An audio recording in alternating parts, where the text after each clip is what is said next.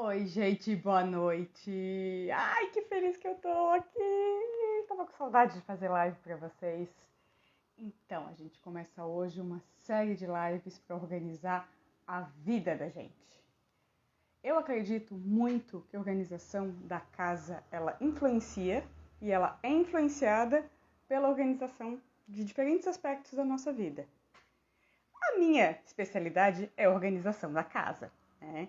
Então, para a gente organizar cada canto da vida da gente, tinha que ter um trocadilho, né? Para a gente organizar cada canto da vida da gente, eu vou trazer uma série de profissionais que podem ajudar nesse aspecto. E para começar, hoje, a gente vai organizar a mente da gente. Com certeza, eu preciso, você precisa, né? A gente está em tempos tão doidos, como dizem por aí, né? Então, para isso, hoje eu convidei a psicóloga, coach Malu Zappellini, daqui a pouquinho ela deve estar entrando, para a gente falar sobre ansiedade, emoções, como a gente organiza a cabeça da gente, como a gente se sente, para conseguir organizar a casa e como a casa da gente, a organização da casa da gente influencia na vida da gente. Aí vai ter também alimentação, já está engatilhado, organização da imagem, que já está engatilhado, organização da rotina, que também já está engatilhado. Assim que eu tiver as datas certinhas para vocês, eu mando, vou divulgar por aqui. E aí, se você tiver pergunta, se você estiver assistindo no IGTV, deixa nos comentários o que você achou da live, manda alguma pergunta que tenha ficado, alguma dúvida. Né? Deixa eu dar oi para quem está entrando já por aqui. Né? Oi, Aline. Oi, Grazi. E assim, a ideia é trabalhar junto, porque a gente não é só uma coisa. Eu não sou só personal organizer, eu sou personal organizer, eu sou mãe, eu sou esposa, eu sou profissional, eu sou filha, e todo mundo é assim. E uma coisa tá sempre engatilhada na outra. E a gente precisa disso. A gente precisa organizar um aspecto para ajudar no outro aspecto. Porque se tem bagunça aqui, eu falo isso um monte para quem me acompanha.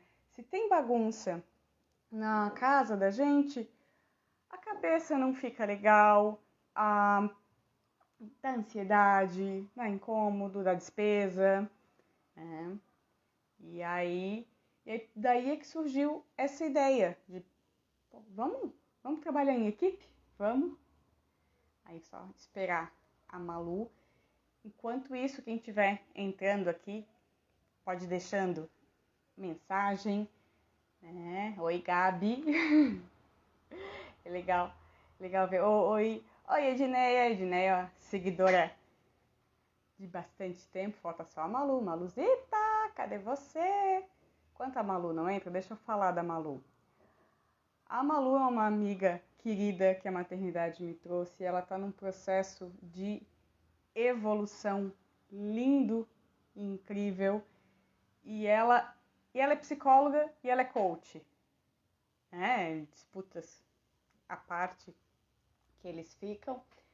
E é por isso que eu acho tão legal. A gente está em pleno setembro amarelo falando de saúde mental. Até que enfim se trouxe o assunto saúde mental para a pauta, né, da imprensa. As pessoas estão falando nisso. E a gente consegue trazer, cuidar da cabeça da gente. É importante a gente cuidar da cabeça da gente. Daí, ei, oi. Oi, Ligiane. Oi, Érica. E não errar, Brasil, os. E deixa eu ver se a Malu mandou alguma mensagenzinha pra mim. Aqui, né, antes que já tava entrando, deve ter tido algum atrasinho. Ai, só pra me deixar de mais ansiosa. Mas então, deixa eu ir falando aqui para vocês também das próximas lives, que já estão engatilhadas. Semana que vem a gente vai falar de alimentação com um nutricionista pra gente ver como... apareceu a Malu aqui. Entra. Malu, cadê tu?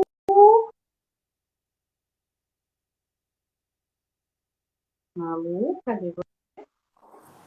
Oi! Oi! Tudo bom, amiga? Vou botar um filtro, porque final do dia não tá dando na cara limpa, né? Te entendo, muito bem entendido. Não sei porque o meu Instagram não aceita filtro em live. Ah, não, o meu então é em harmonia comigo, ou ele aceita Então, deixa eu falar desta mulher loura, linda, poderosa aqui. Oh. A Malu, tava falando pro pessoal que tu és psicóloga e tu és coach. E eu acho isso muito legal, porque existe uma disputa e as duas áreas podem super trabalhar em harmonia. Né? Tu és o exemplo disso. Né? Me corrija se eu estiver errada, mas o psicólogo vai olhar para o passado e o coach vai olhar para o futuro, presente e futuro. Plano de ação, análise emocional e plano de ação. É isso ou falei besteira? Não falou besteira, falou de uma forma muito reduzida, né, e bem simplista para que as pessoas consigam tentar fazer essa distinção, né? Por exemplo, a terapia cognitiva, que é a minha área, né, ela não fica tanto no passado. A gente vai lá, dá uma olhadinha no que aconteceu, nas tuas crenças, na tua história, porque nós somos reflexos de lá no que estamos aqui agora.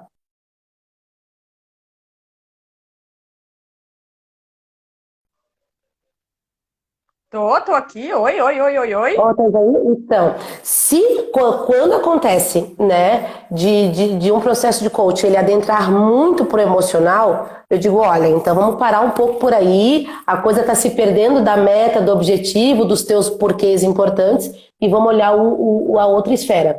Que a gente vê muito isso acontecer, Gi, numa ferramenta que a gente chama Roda da Vida, aonde a gente pega 11 esferas da vida e vai esmiuçando. Quando a gente pega no pessoal ali e a coisa trava, a meta trava, aí a gente para o processo e vai dar uma olhada no que está acontecendo, né? Tá, mas a gente já começou começando, né? Já. Tinha que ser nós duas, né? Antes de mais nada, te apresenta. A Malu é psicóloga, ela é coach, ela é mãe, ela é a filha do Zapa e da Dona Maria Linda, é mulher do Rafa, ela é uma baita de uma amiga. Que mais? Te apresenta. Ai, meu Deus, você falou tanta coisa, meu Deus! Eu sou uma mulher que adora cuidar de mulheres, né? Nesse movimento todo do autoconhecimento que eu venho fazendo, eu realmente aprendi que eu amo estar com mulheres. Antes, né, a gente tinha muito medo de dizer isso, parecia que nós vivíamos numa disputa para ver quem pode mais, quem aparece, quem se empodera, quem não se empodera, e hoje não. Hoje a gente percebe, né, que quanto uma tá bem, melhor a outra, a gente reverbera isso nas outras mulheres. E nós precisamos muito uma das outras. E eu vejo como é bom a gente se conectar com mulheres que gostam de cuidar de nós, que a gente gosta de cuidar, né, das amigas, das pacientes, da casa, do marido, dos filhos, aquele lema que eu sempre digo, né, mãe de um, mãe de todos. Então, é muito bom amar mulheres e ser amadas por elas nesse sentido genuíno da palavra mesmo, né? Então, sou uma psicóloga muito apaixonada por mulheres e de cuidar dessas mulheres de nós. Aprendi muito isso. Ai, que lindo isso. Mas, assim, Malu, a história toda começou num post, toda essa sequência de lives que eu vou fazer para organizar cada canto da vida Vamos da lá. gente. Começou com um post teu, que falava de ansiedade, fazia uma relação muito legal com a casa da gente, de como organizar isso. E eu já venho falando isso há muito tempo, né, de como a organização da casa ela reflete na organização da mente da gente, do nosso emocional, e como o nosso emocional reflete na organização da casa.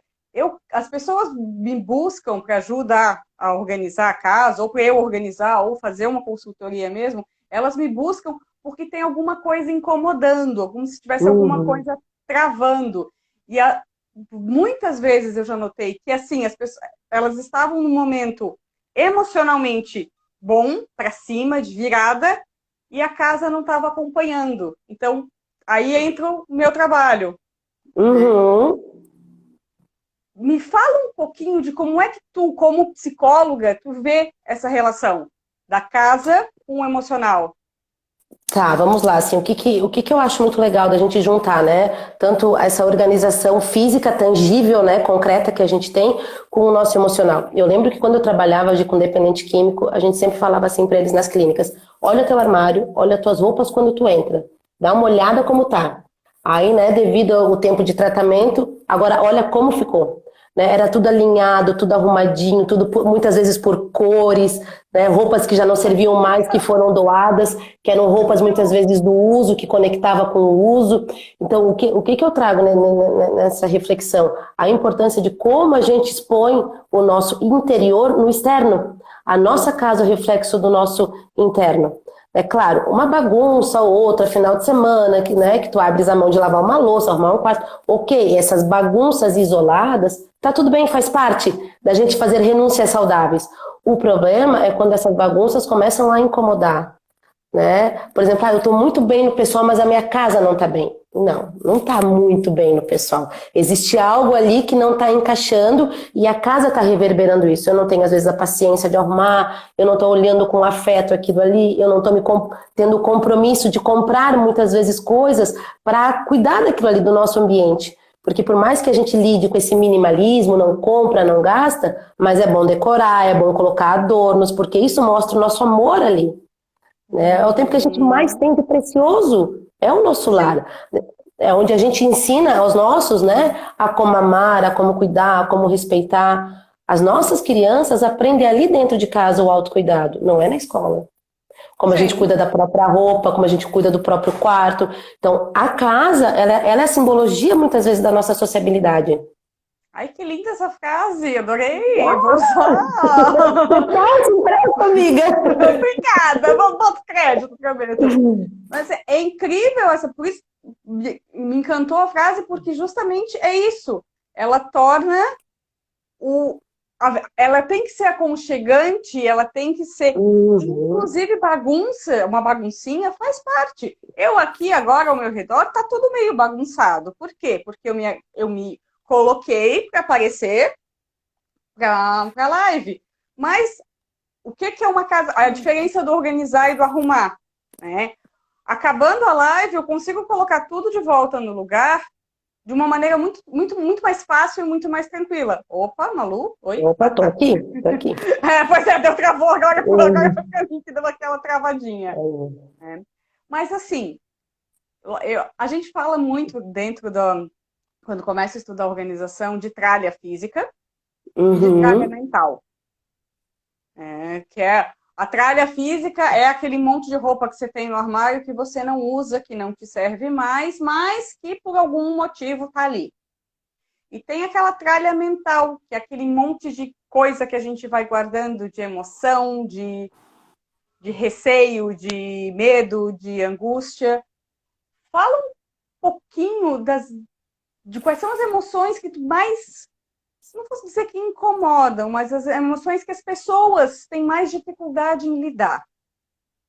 O que aparece muito em consultório, né, a ansiedade, né, que ela é fato, ela é hoje, né, uma das emoções mais disseminadas aí, principalmente no nosso país. Nós somos o primeiro país no mundo de casos de ansiedade patológica, que eu costumo trazer muito isso para os meus pacientes. Existe a ansiedade saudável e existe a ansiedade patológica. A saudável é aquela do ansiar, que a ansiedade vem do verbo, né, ansiar algo, desejar alguma coisa. Né? Por exemplo, quando eu desejo um encontro com alguém, quando eu desejo estar aqui contigo, né? A ansiedade me move em estar aqui. Então, essa é uma ansiedade ok, normal, a gente pode ter, a gente deve ter. Por exemplo, a ansiedade de começar um novo dia, eu anseio por esse dia. Aí, quando a gente percebe que essa ansiedade está começando a ser limitante, que eu saio do desejo para as defesas, eu preciso ter cuidado. Meu Deus, será que eu vou conseguir falar com a Gi? Será que eu vou conseguir me expressar? Será que eu tenho competência para isso? Eu começo a entrar no ciclo da dúvida e muitas vezes são as minhas tralhas mentais, que é como eu te disse, a gente vai lá atrás na história, vai entender aonde foi que ele foi reforçado, se foi uma criança reforçada positivamente ou negativamente por esses pais, que vai trazer aqui. São as nossas crenças de lá que reverberam no meu aqui e agora. Eu não vivo o passado, mas eu trago ele para cá para eu entender muitas vezes essa dificuldade da minha regulação emocional. De eu entender que as minhas mãos suadas é ansiar de te trazer um conteúdo e não incompetência. Legal. A Mirella fez uma pergunta interessante ali, que qual o gatilho, como é que é? Deixa eu voltar aqui um pouquinho. Qual é o gatilho de um acumulador? O principal gatilho do acumulador que a gente percebe é o medo de se desfazer das coisas. Eu guardo, são as tralhas, como tu trouxesse, que elas não têm utilidade, realmente você não vai utilizar, mas eu tenho um apego emocional muito com aquilo ali. Por exemplo, o acumulador, ele está com alguma dor muito importante, ou um abuso, ou uma perda, né? Algo aconteceu com aquele sujeito, que as coisas são botadas, né, de forma inconsciente para dentro, onde aquela casa cheia, ela se transforma num casulo, numa casinha bem apertadinha onde ninguém vai entrar. É como se ela estivesse ali dentro protegida dessas dores. Então, tirar qualquer coisa no acumulador é muito sofrido, porque ele tem medo que aquilo ali vai fazer falta na regulação emocional dele, não é nem dentro de casa, é dele. Porque se tu for ver, quando a gente assiste aqueles programas, acho que é da Discovery, né, que traz, onde é que está reduzida a pessoa? Ela está reduzida num espaço bem pequenininho. Sim. A casa está lotada. Por quê? Porque ela está bem apertadinha. Que é diferente quando você tem é diferente quando você tem um objeto que você tem esse apego e quando é tudo nesse apego. Né? É diferente. Eu falo muito disso, assim, o casaco... Poxa, eu amo a minha filha com a camiseta da Ladybug, sabe? Conhece a minha filha, sabe que ela adora a Ladybug, e aquela camiseta, ela tinha amor. E a camiseta não serve mais, e as outras roupas, ela tava, assim, se debatendo, mas chegou naquela camiseta, ela teve uma crise de choro. Ela disse, ela não serve, eu sei que ela não serve, mas eu não quero me desfazer, ela é muito especial para mim. E ela começou a chorar. E eu, não, para, filha, para, a gente não vai se desfazer. A gente vai colocar numa caixinha de lembranças. Mas o quê? Foi uma camiseta. É diferente quando você não se desapega de nada, né? E geralmente, é bem o que a Mirella falou, foi quando a minha avó faleceu. Existiu uma dor que ela pegou do externo para fazer a compensação, que a gente chama de compensação afetiva. Eu busco nas coisas, objetos, compensar aquilo que me falta. E o acumulador faz muito isso, ele compensa. As lembranças não são acumulativas, ter uma camisa, ter um óculos, ter algumas fotos, não são retratos de uma vida. Agora, o acumulador, o que ele guarda? Sacola de loja, aquelas bandejinhas de supermercado de isopor de frios, ele guarda, ele vai naqueles papo-entulho, ele cata o que está no papo-entulho, o que é lixo para é possivelmente ser usado para ele. Tudo aquilo que o outro descarta, para o acumulador, ele é necessário, mas ele nunca usa. Ele nunca usa. É o ter, né? Acho que eu entendi. A necessidade do casulo. Formar o seu... Isso. E claro, isso a gente está falando só da parte emocional. A parte neuroquímica, a gente já iria para o transtorno da obsessão, do toque, do acumulador compulsivo, né? Aí a gente vai ver todo o quadro do toque ali instaurado na acumulação, né? Que daí são os pensamentos ruminadores, são tipo um ratinho que não para de roer um queijo, o pensamento fica, tu vai precisar daquilo, não te desfaz. Se algo acontecer, a culpa é tua porque tu jogou aquilo fora. Então a gente já vai pro transtorno do toque. Aí é diferente. O ratinho é ótimo. Na verdade, eu tô rindo porque o meu avô tinha. Eu acredito que ele tinha algum... Ele era um acumulador, não sei se patológico, tinha parte neuroquímica ou não, mas o meu avô era um acumulador. De não usar, de ter as coisas. Ele construiu um quartinho para guardar as coisas. E eu brinco muito que teve uma vez que eu consegui, do quartinho, da bagunça dele lá, do túnel do tempo, que assim, como os netos chamavam, eu consegui achar um cabo de telefone e eu consertei um telefone da parte de trás do salão da casa, lá que não estava funcionando, eu achei um cabo ali, conectei e voltou a funcionar e pronto. Né? Eu, sem querer, não tinha essa consciência toda, eu dei para aquele senhor um gás de que não, você tem que guardar porque um dia você pode precisar. E essa é a frase do acumulador, um dia eu vou precisar. de uma inutilidade, mas ele no pensamento tem a possibilidade de vir a usar ou de dar algo a alguém. Porque como ele foi abandonado por alguém que partiu, se eu der algo a alguém, esse alguém não vai me abandonar. Então eu tenho sempre algo para dar, né? Entendi. Faz sentido. Faz sentido, né? Eu estou brincando de conexões neurais agora. Ótimo, isso é bom. E isso é muito gostoso. Essa nossa plasticidade neuroquímica que a gente faz. Tu me traz um conteúdo, eu te trago outro que tu já conecta com uma história, que tu já conecta com o passado, tu traz pro teu hoje, aí tu lembra do vô que acumulava, mas a Elo não é acumulação, a Elo é carinho. Exatamente. Aí tu consegue não ter medo de deixar ela guardar a camisa da Ladybug. Exatamente. Antes de entrar na pandemia, deixa eu só convidar quem está na live. Tem um aviãozinho ali embaixo. Convida as pessoas para assistir essa live. Aqui manda para alguém que esteja com uma bolinha verde, que está online, que você acha que pode, para quem vai ajudar esse conteúdo, a gente falar de organização da casa, de saúde mental, né? Esse momento de pandemia que foi um gerador. Se por um lado foi um gerador de problemas, de ansiedades, de emoções difíceis de lidar, por outro lado ele trouxe muito à tona o tema saúde mental, né? Total. A psicoterapia, a psicologia como um todo, dentro de todo do adoecimento mundial, a gente se compadece, né? Tem toda a empatia, mas nós profissionais somos muito gratos por essa virada de chave. Olha, né, a expansão que foi, como as pessoas chegaram até a psicoterapia online. Nós, psicólogos, tínhamos muita resistência desse universo, porque tem toda uma cautela com a imagem do psicólogo, que o CRP pede para ter cuidado, para não expor, para não fazer mídia, para não fazer divulgação, e isso veio por terra. Nós precisamos disso para levar a melhoria as pessoas que ficaram enclausuradas da maneira como ficaram. Porque nós entramos numa clausura, né? Sim, a gente entrou numa clausura, mas não foi um problema que surgiu com a pandemia. A pandemia maximizou para algumas pessoas essa questão. Mas é um assunto que sempre foi importante, sempre deveria ter sido falado, né, ser pauta da imprensa. Né? Hoje eu estava no Jornal do Almoço passando sobre saúde mental, sobre os apoios que tem das prefeituras aqui da Grande Florianópolis, grupos de apoio, super legal. Mas é um assunto que quase não se falava antes da pandemia, ou se falava muito menos, né? Até porque a Organização Mundial de Saúde, alguns anos atrás, proibia a divulgação dos casos de suicídio com a ideia de que divulgar causaria mais tentativas de suicídio. Era uma tentativa inversa de precaver ideias suicidas nas pessoas.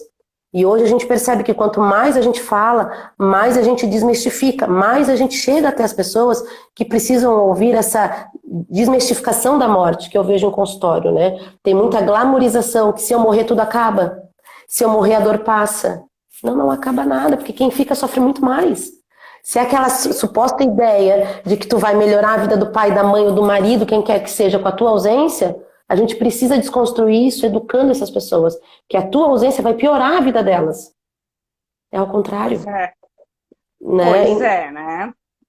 Mas, que eu ia te dizer, ainda a gente estava falando de acumulação ainda há pouco, a Maria Torli botou aqui, eu guardo tudo, sempre reaproveito as coisas que guardo e sempre alguém vem procurar comigo algo que precisa. Vou te falar, a Maria Dorli é a minha tia de infância.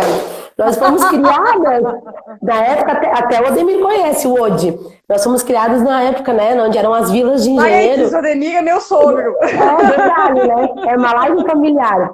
E eu vou chamar, né, a tia Dorli, ela teve uma perda muito importante na vida, né? Então, justamente, não é uma acumulação, é a tentativa de reter aquele alguém frente aos objetos e ser procurada por esses objetos me faz muito importante. Né? A gente não é errado guardar as coisas, o fato é acumular, é o excesso, é a não utilidade daquilo ali. Eu posso ter as coisas e ser chamada por elas, como tu mesmo faz, tu organiza os cantos, tu tira aquilo que não é útil para deixar a utilidade em casa. Exatamente, para deixar o dia a dia fácil. Porque você pode ter. você pode ter um armário cheio de roupas que não te servem, que são lindas, mas para ti elas não são roupas. A partir do momento que você não consegue usar, não que seja errado você guardar, mas você tem que ter consciência de que aquilo que está ali não é uma roupa. Aquilo é uma lembrança, aquilo é uma meta. Pode ser, pô, quero emagrecer, pô, tem aquela calça que a gente entrava quando tinha 20 anos, quero entrar naquela calça de novo. Tudo bem, você pode guardar, ela é uma meta, mas você separa aquilo não, essa meta ou essa lembrança, ela não pode ficar junto com as suas roupas do dia a dia. Justo. E isso tem que ter muito cuidado, né, Gi? Que metas são essas? O que é possível hoje com a tua qualidade de vida, né? Com o teu estilo de vida? Voltar a 20 anos num corpo, por exemplo, nós que já somos mães, também tem toda a sua consequência, também tem toda a sua dificuldade, o que nosso corpo mudou. A nossa biologia pós-parto é outra. E então, muitas vezes a gente tem essas simbologias aí, vou lá voltar ao peso que eu tinha. E a dor, de muitas vezes, da gente não conseguir. Não por incompetência. Era isso que eu ia dizer. É um gerador, acaba virando um gerador de ansiedade, de culpa, de... Ansiedade, baixa autoestima, frustração, sentimento de fracasso, irritabilidade, brigas conjugais, comer compulsivo, vai gerando mil e outros comportamentos desencadeados por uma simples ideia que uma calça de 20 anos atrás vai te servir. Não vai. Vamos entender essa aceitação, não vai. Aquilo ali é muito mais um causador de dor do que de meta. Perfeito. Não é uma meta. Perfeito. Até pode ser, por exemplo, você vai emagrecer. Você engravidou, desculpa, você engravidou. Você vai perder aquele peso. Então não é você chegar e simplesmente dar fim nas suas roupas de antes da gestação. Não é isso que a gente está falando. Não. Mas é ter consciência das suas metas, das suas limitações, né? Para você ter consciência das suas limitações para poder fazer metas que sejam execuíveis, que você consiga atingir. Se não, isso gera ansiedade, aí lá vamos nós, voltamos o ciclo da organização mental, da organização das emoções. Total, isso são tralhas, porque eu fico presa àquela imagem que eu tinha no passado, como se aquela imagem fosse realizadora de uma vida perfeita. Se eu emagrecer tantos quilos, eu vou ser feliz. Não. A felicidade, ela não está baseada numa meta, né? A felicidade, ela está baseada no teu dia a dia, nas tuas conquistas, elas não precisam ser grandiosas. O fato de você acordar, o fato de você abrir os seus olhos, o fato de você estar saudável dentro de todo esse quadro que nós vivemos aí nos últimos quase 2 anos, já é um gerador de felicidade. Eu não preciso colocar ela num ápice inatingível. Tu estar viva é felicidade. E celebrar também essas felicidades pequenas. Total. Né? Tu ter uma casa para organizar, Gi. Tu ter uma casa. Botar as suas coisas dentro de um armário. Você ter roupas para guardar num armário. Olha nós que moramos em Florianópolis há anos, que a gente está vendo, né, essa situação toda financeira que está na nossa cidade. Olha quantas pessoas estão pedindo roupa, pedindo comida, pedindo cobertor, pedindo coisas que você está contratando alguém para organizar para ti. Isso não é sinônimo de felicidade? E você cuidar de você já é, né? Mas assim, vamos ser bem... Não vou ser prática ainda não. Eu vou te perguntar mais uma coisa. Eu te acompanho há muito tempo, a gente tem uma relação de amizade. Você é uma pessoa que cresceu muito. Não só profissionalmente, como tu comentou, dessa questão dentro do campo da psicologia, que a pandemia deu um gás, digamos assim, quebrou um pouco de paradigmas, mas tu como pessoa também cresceu muito. Eu acompanhei a imersão que tu fez semana passada, e tu cresceu como amiga, como mulher, como mãe. Então, como é que faz para crescer num momento em que as pessoas ao teu redor estão...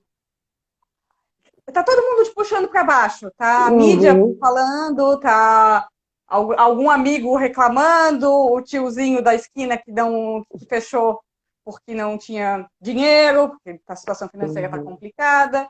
Como é que faz para manter? Como é que faz para crescer nesse contexto?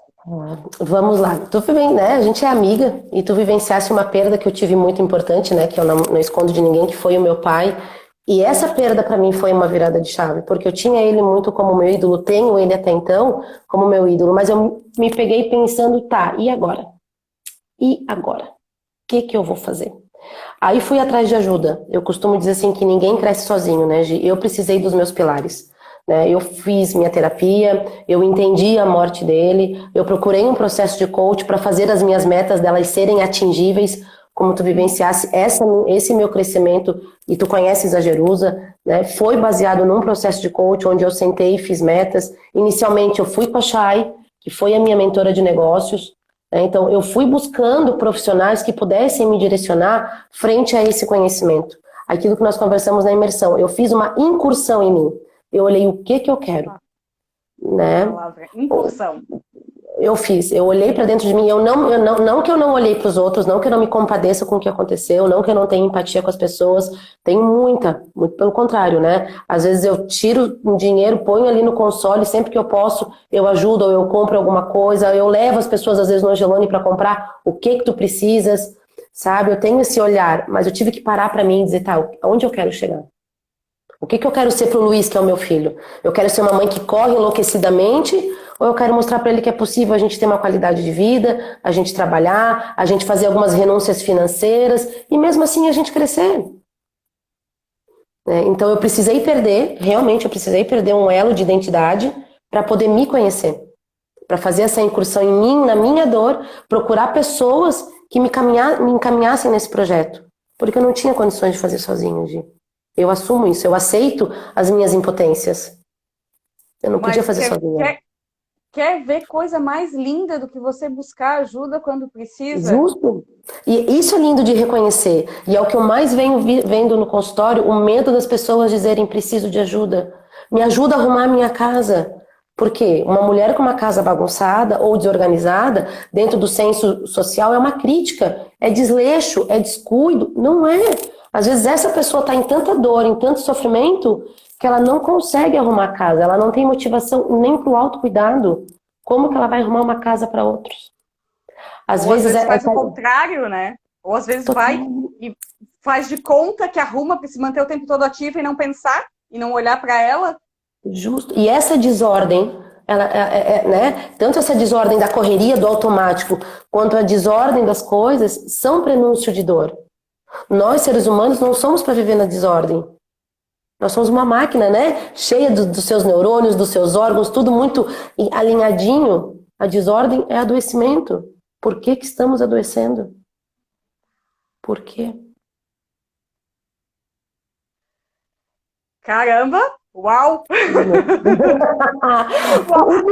O que nos move é o nosso porquê, né, Gi? Por que que tu vai para casa das pessoas? Por que que tu gosta de fazer isso? Por que que tu gosta de dar a leveza que tu tens na tua casa com a tua filha e com o teu marido? Por que que tu queres essas mulheres bem? Porque tu ficou bem.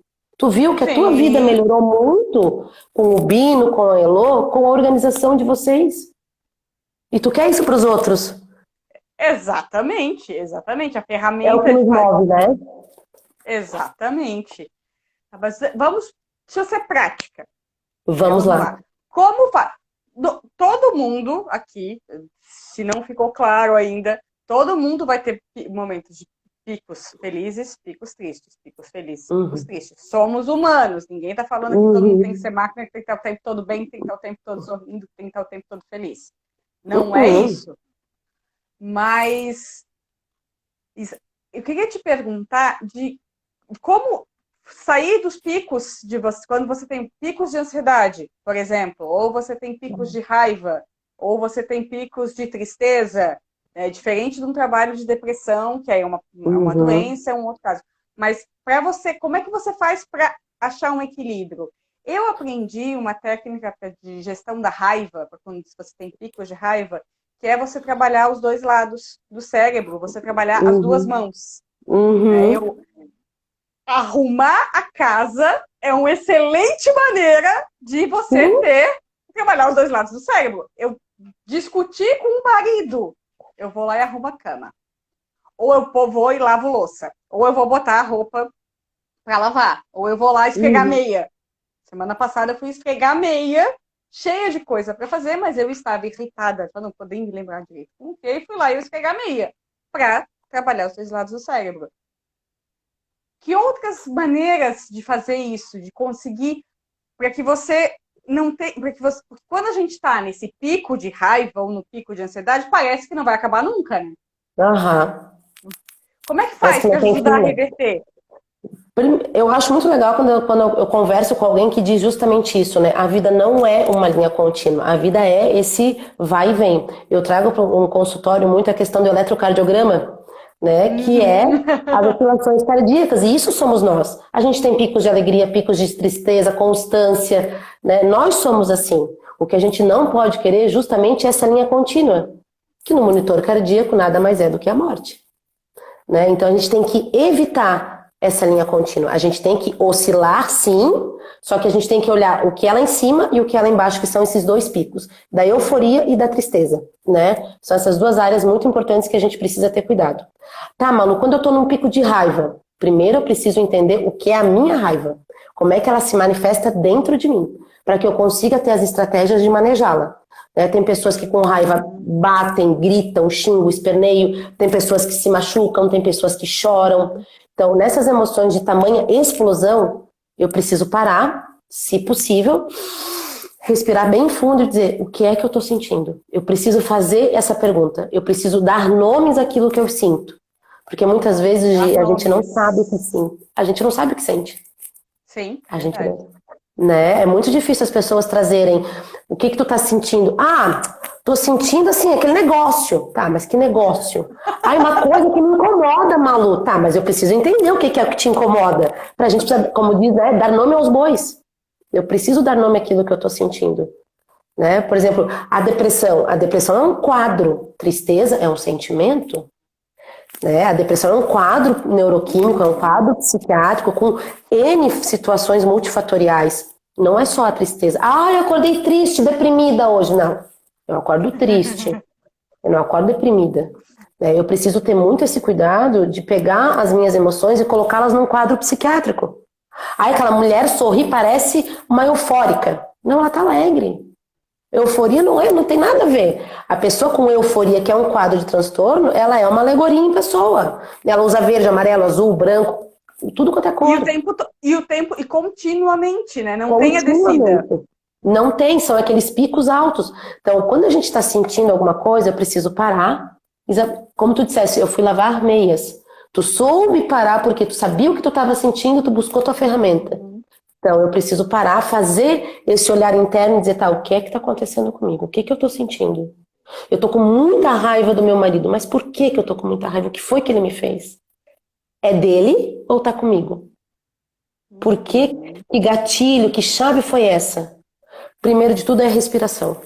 A respiração ele é um centro extremamente, né, vamos dizer de novo, centralizador. Né? Eu respiro e eu solto e eu começo a me conectar com aqui e agora. Né? Eu inspiro, eu solto umas 3, 4 vezes, eu começo a pensar e dizer, o que é que está me acontecendo? A partir da hora que eu breco uma emoção de explosão, eu começo a pensar, eu começo a oxigenar meu cérebro e ele começa a voltar. Assim que ele volta, eu trago a racionalidade. Trazendo a racionalidade, eu consigo entender o que é que está me acontecendo. Faz sentido? Hum, faz super Faz. sentido. Faz super sentido. Mas eu tenho essa questão de como é que funciona aqui em casa. A gente, quando tem, por exemplo, todo casal discute. Eu tenho o perfil de chorar. Eu estou sentindo raiva, eu choro. Eu estou sentindo felicidade, eu Uhum. choro. Eu sou uma chorona. Né? Por exemplo, aí o meu marido já tem a questão do grito. Aí o que a gente faz? Aí a gente já, como a gente já tá nessa de se observar, a gente já tem 11 anos de relacionamento, já às vezes um diz pro outro, geralmente a gente já se percebe nisso. Eu faço essa parada, só que assim, eu tenho dificuldade às vezes entre o parar, respirar e conseguir racionalizar tudo que está acontecendo, eu tenho uma dificuldade nesse tempo. Daí essa técnica de trabalhar os dois lados, de lavar Uhum. meia, me ajuda, porque eu sou obrigada a dar aqueles 5 segundos de pensar em alguma coisa concreta. Isso não é algo concreto. E ali, nisso eu consigo parar e aí eu consigo fazer essa respiração. Né? Enquanto eu tô ali lavando meia, eu tô concentrada lavando meia. Né? A Lidiane falou ali, limpar a geladeira é uma técnica que minha mãe usa há anos para desestressar. Claro. Super funciona. Tu é obrigada a parar, tu vai ter que parar e olhar para tua geladeira. Quando você para e olha para sua geladeira, e você vai ver onde é que tá. Onde é que tem uma sujeirinha, onde é que tem um resto de comida, aquela comida que já tá lá no fundo, que já tá mais velhinha. Tu vai obrigar, nisso tu para, e aí tu respira. Então a tua... Pode falar. Não, e a tua fala é justamente isso, desse parar, porque às vezes você não precisa parar, as pessoas ficam, não, mas é muito fácil, ela fala para parar e respirar, e aí você consegue pensar, eu paro, respiro, tenho vontade de continuar xingando e chorando, ou seja lá como a pessoa se manifesta. Mas às vezes é isso, tirar o pensamento do causador do problema para conseguir meio que olhar de fora. Não sei se eu consegui me explicar. Total, porque o que é isso? É o desfocar que a gente trabalha. Né? Desfoca daquilo que tu estás fazendo e vamos fazer outra ação. Vai lá lavar meia. Tu para de olhar pro teu marido, que é o teu gatilho, tu vai pra meia e tu começa a pensar, por que a gente tá assim? O que foi que aconteceu um com o outro? Porque eu troco o meu foco. Eu deixo de olhar para aquele meu aversivo e volto para alguma coisa onde eu tenho controle, por exemplo. Eu consigo controlar aquilo ali com as meias, eu consigo entender, eu consigo respirar e eu consigo racionalizar. Foi uma das ferramentas que tu encontraste para baixar um pouco os ânimos de vocês, deixar ele no momento dele do grito e tu te recolher, o teu silenciar. Que quando a gente está numa discussão, é muito importante que a gente saiba a hora de parar. Quando um aumentou o tom de voz com o outro, para de ser uma conversa e vira uma agressão.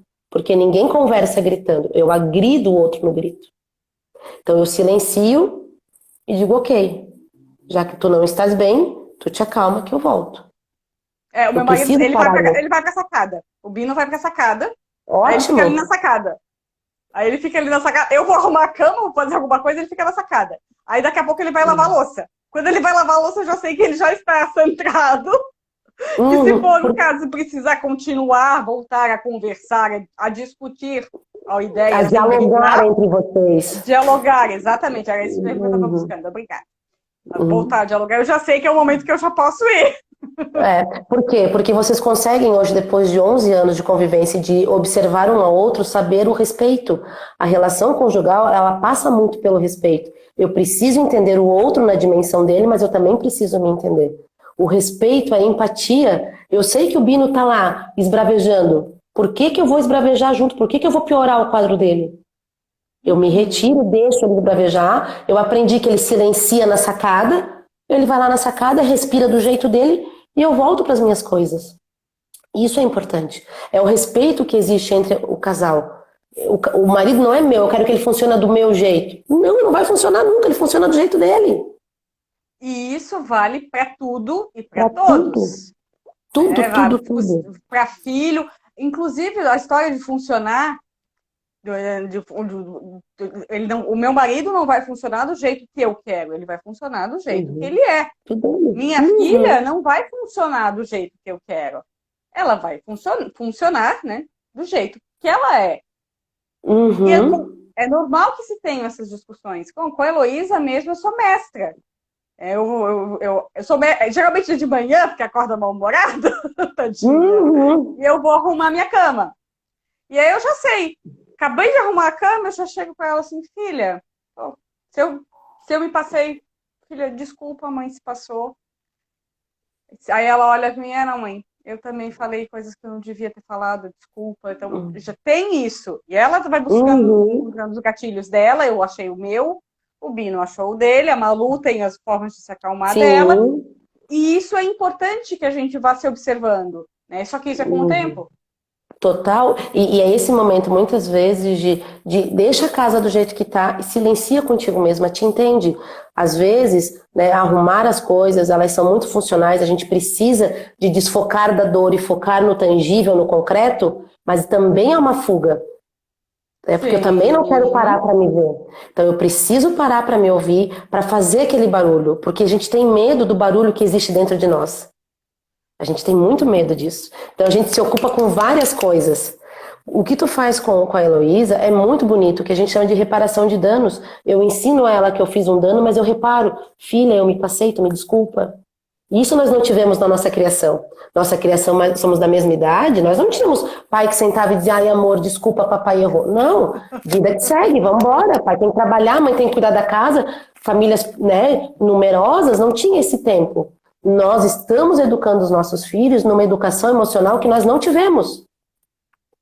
Porque a gente está ensinando eles a dizer, peça desculpas, entenda o que você fez uma criança, o papai ou a mamãe chorar. Então a gente está trazendo essas emoções que para nós era, engole o choro. Se tu chorar, tu vai ver. Né? Então, é esse mecanismo que nós temos dificuldades, que é nos silenciar, porque engole o choro, a gente está fazendo diferente nos nossos filhos. Então, engolir o nosso choro faz barulho. Por isso que a gente não para. Sim. Por isso que a gente vai arrumar a geladeira, por isso que a gente vai limpar a meia, por isso que a gente vai arrumar gavetas, porque o nosso choro tá lá, a nossa criança tá gritando. E a nossa criança grita, por que que mas às vezes a gente... Mas assim, né, é bom quando você pode usar aquela coisa, né? Eu preciso desse tempo, eu ainda preciso desse tempo para me assentar. Eu me assentei, vamos lá. Então é por isso que eu quis te trazer essa pergunta, né? Porque é uma coisa que é concreta, é prática, mas que ao mesmo tempo ela tem toda uma bagagem emocional de coisas que a gente viu, que a gente hoje está passando de muitas vezes coisas de formas que não se sabia, não se tinha essa consciência em relação a cuidar dos filhos, em relação a trabalhar, cuidar da casa. Aquela coisa, antigamente era tudo nas costas da mulher. A mulher podia trabalhar, mas tinha que cuidar da casa. Ela tinha que dar conta, né? Ela tinha que dar conta. E hoje, tanto tu com o Rafa, quanto eu com o Bino, a gente já tem uma relação em que há divisão de tarefas. Total, a gente vai evoluindo. Não, pai, mãe, eu não estou reclamando de vocês. Não, muito pelo contrário. Cada um passa aquilo que a gente tem, a gente está crescendo. Não, né? Muito pelo contrário, a gente agradece os erros para que nós sejamos melhores hoje. Né? A gente tem que tentar olhar para os erros como uma construção de melhoria e não repetir. Né? Por exemplo, vocês dois hoje, vocês são uma cooperativa, como eu e o Rafa. Nós cooperamos um com o outro. Para eu estar aqui contigo hoje, o Rafa está lá com o Luiz em casa. Se não fosse ele, eu não estaria aqui contigo. Então, há essas trocas, há essa parceria, como tem contigo e com o Bino, com os nossos amigos lá da escola que a gente tem. E é isso que a gente precisa ensinar para essa sociedade, que não existe só mulher ou só homem. Nós podemos ser uma cooperativa. O casal precisa trabalhar em harmonia para que os filhos cresçam nessa harmonia. E para que a nossa casa esteja em harmonia. Se tu olhar o nosso ambiente físico, ele está em harmonia, organizado, se nós estamos. Uma mulher que está com raiva do marido nem recolhe a cueca se deixar. Nem guarda. Mas não é verdade? Vai lá, toca tudo no armário e diz, pronto, te vira. Não, se eu estou em paz com o Rafa, né? Se tu tá em paz com o Bino, eu em paz com o Rafa, a gente vai lá isso é um ato de amor. Eu cuido dessas coisas porque eu te amo. Porque eu sei, quando eu preciso, tu faz por mim. E o próprio dia a dia fica mais leve. Eu sempre defendo muito a questão de que a organização traz leve. A organização é para ser leve. Tanto que eu fui falar da nossa live, eu cheguei assim, vai ser um papo leve. Ninguém aqui vai... Não vamos falar de coisa pesada. Se for para falar de saúde mental com abordagem pesada, se for falar de casa, de organização, para acusar alguém, para ser pesado, para fazer a pessoa ir para baixo... Para isso já tem 402 blogs e gente falando, querendo... E não é o caso aqui. A ideia aqui é ajudar a organizar a casa e organizar a vida, no caso, através do pensamento, certo? Justo, porque é o que a gente tem, né? É o que nos diferencia dos animais irracionais, é a nossa racionalidade. Então a gente precisa usar ela a nosso favor. Né? Racionalizar aqui nós duas que a casa, quando desorganizada ao ponto de ser não mais funcional, eu preciso olhar. O próprio esquecer da chave, que eu tenho aquele esquecer da chave toda vez esqueço da chave, esqueço de pagar as contas em dia, esqueço às vezes o horário da reunião. Esses esquecimentos frequentes na minha vida profissional e na minha vida pessoal pode ter aí um déficit de atenção e eu preciso olhar isso com mais Cuidado. Então, tudo aquilo que é disfuncional, que me gera prejuízos, eu preciso de atenção. A casa, né? Quando ela está muito bagunçada, eu não consigo dar conta, o que é que está acontecendo? Por que é que eu não estou dando conta? O que é que está acontecendo? Não estou conversando com meu marido, ou eu estou usando do sono para dormir demais como uma fuga que eu não quero estar aqui, ou eu não quero estar nessa casa. O que é que está acontecendo? Essa racionalidade é importante para que eu me entenda e diga, olha, não dou conta, vou chamar a Gi para vir aqui. Pedir ajuda. Essa é a racionalidade, pedir ajuda. Eu não tenho que dar conta de tudo. E não dou, Gi, e não dou, amor, e não dou e não quero dar. Né? Aquele estigma da Mulher Maravilha, eu tirei a capa, total, tirei a roupa. Esses dias perguntaram pra mim numa caixinha de perguntas, Malu, como é que tu dá conta? Eu vi, achei ótimo. Olha, eu não dou conta. Tem coisas que estão lá para serem feitas e vão ser feitas nas horas que der. E tá tudo bem. A leveza que tu acabaste de trazer, a importância de entender que não é que eu não fiz por desleixo, por descuido, é porque não deu tempo, porque eu priorizei outras coisas. Fazer escolhas conscientes. A questão é essa, não é que você tenha que ter a casa 100%, tanto que a casa não vai ficar 100% organizada, como a gente falou no começo da live. Né? Mas o tempo todo, porque a casa tem vidas, pessoas vivem nessa casa, por favor. Mas ter isso como consciente. Eu escolhi fazer a live com a Malu. Para fazer a live com a Malu, eu acabei fazendo meio que uma bagunça ao meu redor. Eu tenho um caderno aqui, eu tenho a tela do computador, a caneca está aqui, eu tenho uma luminária do meu quarto que está aqui pro fundo, para iluminar o fundo, para me separar do fundo. Tem todo um cuidado em cima. Mas acabando aqui, eu consigo levar tudo de volta. É uma escolha, é ter consciência daquilo que você está fazendo. E buscar. Quando você vê e diz assim, não, eu não consigo ter essa consciência, ou eu não consigo resolver isso, pedir ajuda. Total. E como a gente está conversando assim de questão de desorganização, e tu dissesse, uma coisa prática, Malu, vamos começar a ver o que é difícil para ti. Olhar o que é difícil para te tirar de casa. O que te dói. Por que tá te doendo? Né? O que tem de mais ali, como a Gi falou, o que são tralhas. Vamos aos pouquinhos olhando isso. Se você agora, né, não está com condições de pagar uma personal, uma psicóloga para se entender, vamos aos pouquinhos. Né? O que tem em excesso? O que aquilo ali não é funcional? O que tu abre no teu armário e tu não usa? Por que tu não usa? Aquela blusa, aquele casaco, aquele monte de sacolinha de supermercado ou de loja, para que tu quer aquilo? Né? Eu tinha uma paciente que tinha mais de 1000 sacolas de loja que nem existia mais em Floripa, amor. 1000 sacolas.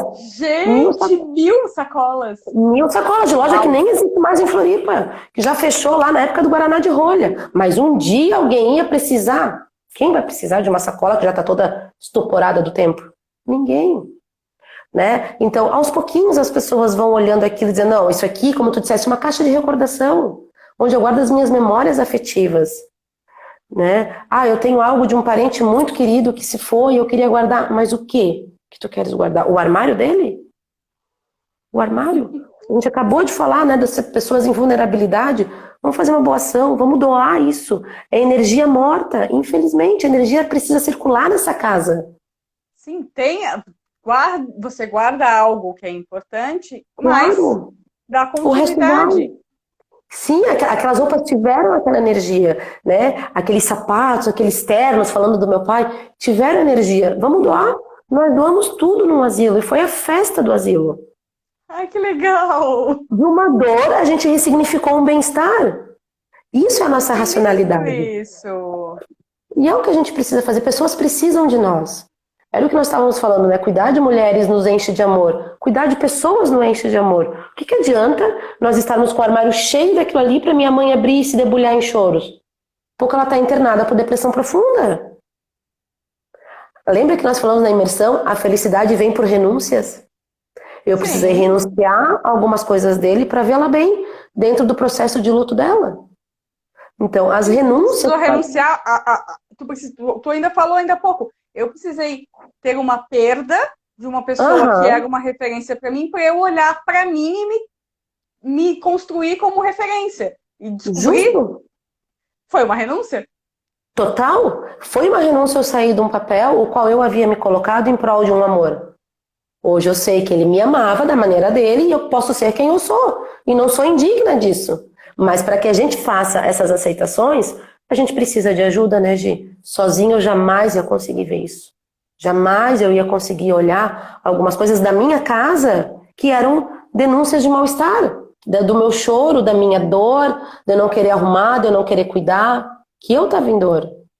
Eu aprendi que, né, que nem toda casa bagunçada é sinônimo de depressão. E nem todo depressivo é bagunçado. Sim, Mas é sinal de que sim, algo não está bem. Eu não durmo na sim, bagunça. Eu não acordo na sujeira. Eu não como na bagunça. Né? Se eu estou sim, aceitando esse perfil de casa, é o meu espectro psíquico que está precisando de ajuda. Eu preciso ver, né? Por mais que eu te chame para ir na minha casa, se eu não cuidar do meu espectro, não vai adiantar. Tu vai fazer um trabalho lindo, só que eu não vou dar manutenção. sim. E justamente o legal por que eu gosto tanto do meu trabalho é porque quando quando eu vou na casa de uma pessoa, eu vou conversar com essa pessoa para tornar fácil para aquela pessoa. Meio que a gente tira as desculpas, sabe? Uhum, Torna fácil para uhum. ela. E isso é importante para todo, porque até para que ela consiga seguir e se encontrar no caminho. Então, você tirar uma desculpa, um entrave, uma fuga, um, ajuda ela a seguir adiante, a achar o caminho dela. Uhum. Total, eu preciso me desprender de muitas coisas que são os meus entraves, né? São os meus sabotadores, e não necessariamente são só sabotadores internos. As roupas que a gente estava comentando, em prol de uma meta, se tornam um sabotador, porque eu não olho para mim, eu olho para uma meta que hoje não é tangível, porque eu não me conheço. Eu vou fazer uma renúncia gigante, né? Eu vou ter que entrar num perfil muitas vezes que não é o meu do autocuidado, para entrar numa estética, entrar num biotipo que vem de revista. Ou então tentar entrar e não conseguir, o que é pior, né? O pior Aí ainda, que aí vai gerar ansiedade. total. Por que que nós hoje temos, né, nós mulheres temos que ter um biotipo? Que padrão é esse? Que vida instagramável é essa que a gente tem que estar toda hora ali aparecendo? Né? Por exemplo, a gente começou a live, a primeira coisa que eu disse, bota um filtro que não tá rolando. Né? Por quê? Porque a gente quer se apresentar muito bem para as pessoas que aqui estão por nós. Então, a gente também tem que ter esse cuidado com o que é para o outro, o que é carinho e o que é excesso. Uhum. Perder esses 20 quilos, por exemplo, que a gente estava brincando, é para o outro ou é para mim? Eu quero agradar quem? Essas renúncias tantas aí. É questão de vida, é questão de saúde. Meu médico disse, eu tô com gordura no fígado, tô com problema no pâncreas, tô com diabetes. Ou é só uma motivação externa que o outro está exigindo de mim? Que tá lá, meu armário tá socado de roupa, eu não consigo, eu compro, mas eu quero aquela lá, ó, de 20 anos atrás. Aí eu chamo a personal pra arrumar, a personal me dá um toque, eu brigo com ela porque ela quer jogar minhas peças fora. Não, essa não, por favor. Por que essa não? O que que tem nela? Que referência emocional tá nela? Na nossa casa fala muito sobre nós, amiga, muito. Ah, perfeito, perfeito. Bem, cara, já estamos quase Hum. uma hora de live. Passou Uau, assim, nem né? Eu olhei vi. agora aqui, o Jesus, 58 minutos. Uau!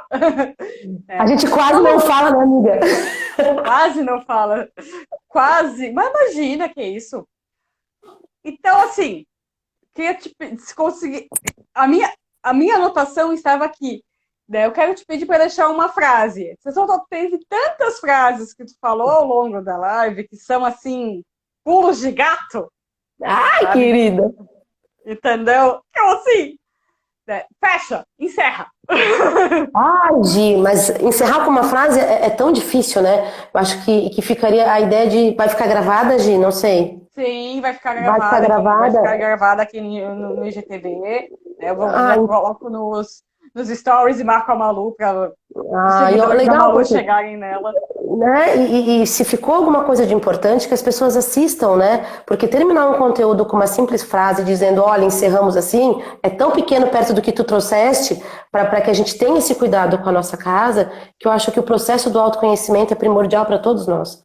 Por mais que a gente, né, se baseie nos outros, a gente precisa se conhecer.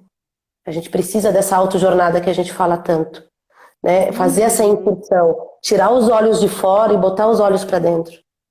Por mais que doa, por mais que faça barulho, por mais que esse silêncio seja difícil, a gente precisa se silenciar para se autoconhecer. A gente vai evitar tanto adoecimento, tanta depressão, tanta ansiedade, tanto suicídio. A gente vai evitar suicídios quando as pessoas se conhecerem. Elas conseguirem dizer para o outro, esta sou eu, goste ou não, me ame ou não. Esta sou eu, gosto ou não. Justo, e é isso. Por exemplo, por que tu e o Bino hoje têm essa relação tão linda? Porque vocês se amam do jeito que cada um é. Tu não tá mais num molde e nem ele. Vocês se aceitam. A gente precisa se aceitar. A felicidade parte do princípio da autoaceitação. A felicidade parte do princípio da autoaceitação. O Fechou. fato, eu posso estar em Paris, amor, e estar infeliz. Eu posso estar onde quer que eu ache lindo, mas se eu não estou bem, não tem fuga geográfica que me melhore. Né? Certo, amiga? Então, amiga, ficaria mais. Do jeito que a gente fala, ficaria mais umas Ah, 2, 3 horas aqui. frouxo. Tranquilamente, quero te agradecer Imagina, muito, amor. muito, Tô muito o aqui. teu tempo, tua disponibilidade. Primeira pessoa que assim, eu falei assim, Malu, Ah, topa, tô aqui. topo, quando tu quiser, do jeito que tu quiser. Só organizar as agendas, né? Organização teu forte, tu me ajuda. Então, quando quiser, né?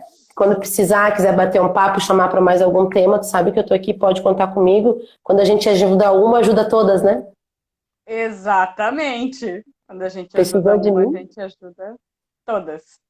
Então tá Certo, bom, querida. amore? Gente, deixa eu agradecer também quem tá aqui seguindo, quem teve na live, quem ainda vai assistir, assistiu no IGTV até agora. Muito, muito, muito, muito obrigada. Semana que vem tem mais uma live para falar de organização da alimentação. Spoiler.